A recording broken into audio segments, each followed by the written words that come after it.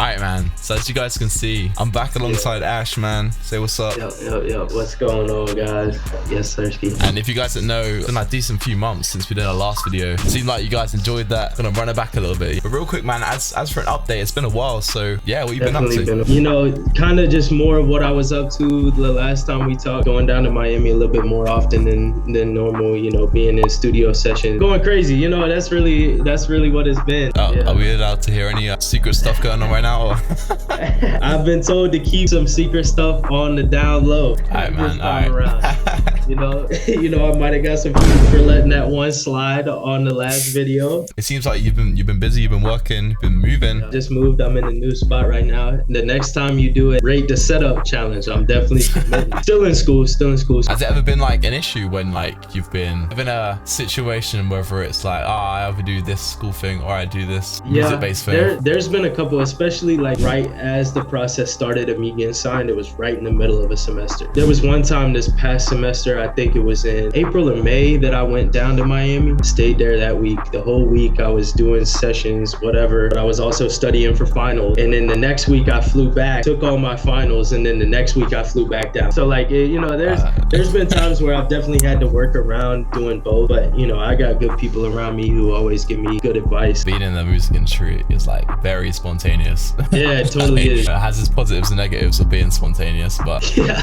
that's for sure. It's good to hear that everything's going well, you know. I've actually been thinking about starting up some type of content creation while I'm still pushing placements and doing industry shit, just like how you doing. I don't know how pushy some artists could be or producers in sessions, but sometimes even just doing it and like just pop a little camera up in a session. I had times where I've done like I've asked obviously like, do you mind if I just stick a camera up? And for the most part, they're cool with it. But I guess it depends who it is. It's a bit of a sticky one, that a bit of a weird road to go down. I've definitely been in a couple sessions where that wouldn't have flown, but I've also been in studio sessions with professional photographer filming the whole thing, getting just all types of candid moments. Is it a bit like that with the Southside sessions? Because I've seen he's been with Wheezy, if I'm right. I saw on Wheezy's story. Yeah, he's been with Wheezy a bunch. Those are the sessions that the photographers have been doing. And, you know, it was a session across the hall that kept running back and forth too, that was not having no type of cameras in there. Because I ain't like really seen much about it at all. It'd be like maybe the occasional story post, but you would have thought two, I want to say legendary producers together in a studio, they'd be bloody everywhere, you know what I'm saying? But like the fact that it's so kept like quiet, I think is kind of impressive. No, it's a big project. It's sick. It's gonna be one of the drops of the year for sure. But in the producer session, the way that they were running it, they had the producer session and artist session. Artist was across the hall in their session doing their thing. In the producer session, that was where all the producers was. Wheezy, South, Tudo, Taurus, FBG Rose, me, Grim. But there was a producer session going on, making beats for the artist session across the hall. It was like a real efficient process. I've been in a couple Southside sessions where he's recording for FA4, whatever projects he's working on, and it could literally be like half of the producers that watch this like their dream just to be in that room, you know. Without further ado, do you want to cook up? Let's cook up. Yeah. So what you said, Wheezy? Yeah, Wheezy. Okay. Well, I want to start off with like a little phrase and then we can build on that if you want. If you hear anything, let me know. That one's fun. Yeah, I'm gonna go with that one. That bass was mean. Right, this is like all I've been using this bass. The same one.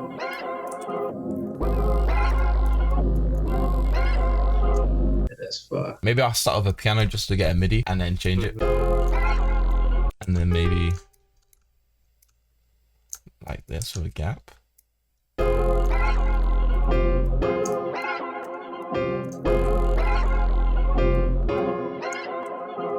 That's kind of cool. I feel like there's too much going on with this pedal there, so I might try and just put some effects on this.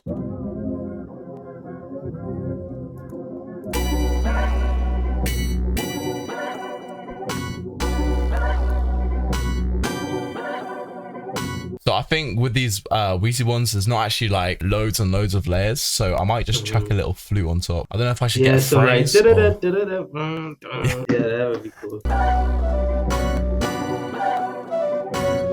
Yeah.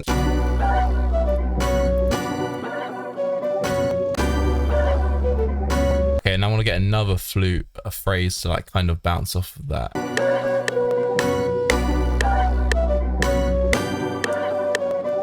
And like some vocals underneath it could be cool. I think so, a little vocal there.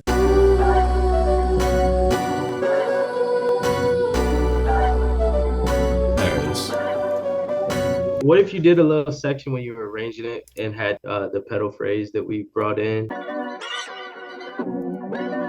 There it is. That's it normally. Yeah, that shit is so fun.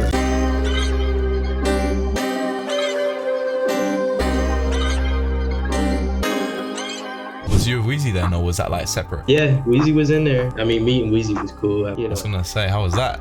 Yeah, like, I mean, the biggest thing that I can do, know when to talk and know when not to talk. You know what I'm saying? Because that really does go a long way. If you get a session with South and you're sitting there the whole time and you're like, oh, this is what I do. This is things that I'm working on. These are projects of mine. This is a clothing brand that I started. And, you know, let's do the things that blah blah blah blah. Like that's when he's going to sit there and be like, bro, shut up and get out. Say he's got an engineer that's trying to tell him how to rap. He's gonna say, fuck you, I don't need to know how to rap. I'm gonna beat your ass and you're gonna leave. You know what I'm saying? Like that is overlooked, but the biggest thing you can do is know when to talk and when not to talk. Like I kind of respect people that have the balls to kind of boast to people bigger than them. Like, you know what I mean? Like, right. Obviously, I'm in the position that I'm in for a reason. I'm in the room for a reason. I don't need to tell them the reason I'm there. Say you do music and clothes, right? And you're there for music and they know why you're there for music, but then you also throw in like a, hey, I brought a shirt for you to wear, you know, that sort of thing. Like that might go farther than, you know, anything else. So I see the benefit in both sides. Do you think like being in the studio with them that you'd rather sort of keep quiet, do what you need to do, or try to have like a bit of a conversation? What's your sort of like, when you go in, like, what would you? It's just, you know, at the end of the day, you also got to remember, yeah, they're superstars, but they're real people. Just know when you need to speak and know when you need to shut up, pretty much.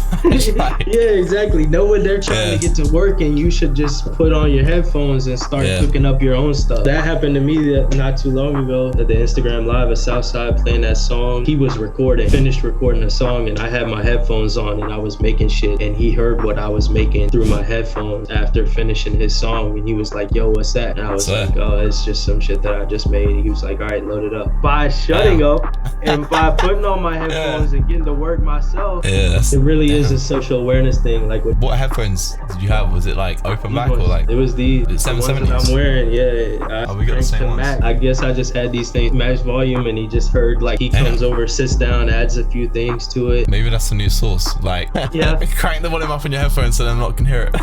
Yeah, 100 on the headphones. Bro, imagine you had some open ear ons, man. Oh yeah. They'd be able to hit every single element of that. But right. You see a famous person, you don't really have that big fan. Yeah. I did that the first time that South called me on the phone. I can't lie to you. I was on FaceTime. I was like, oh, yo, what's up, South? Like, all this stuff playing it cool. And then after we hung up, bro, when I hung up, I was like, ooh.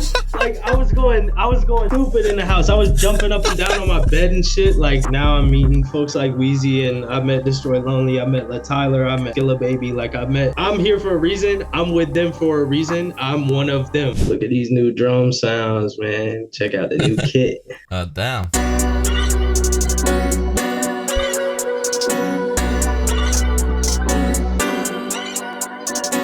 So claps.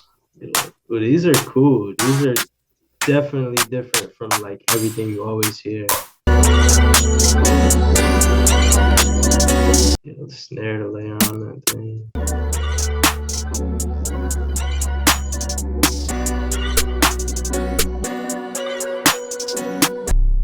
I feel like it's only right that I use the one called Wheezy.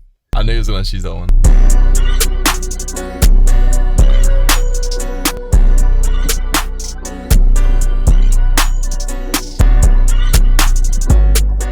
What am I thinking? I'm hearing something in my head. Like a switch up.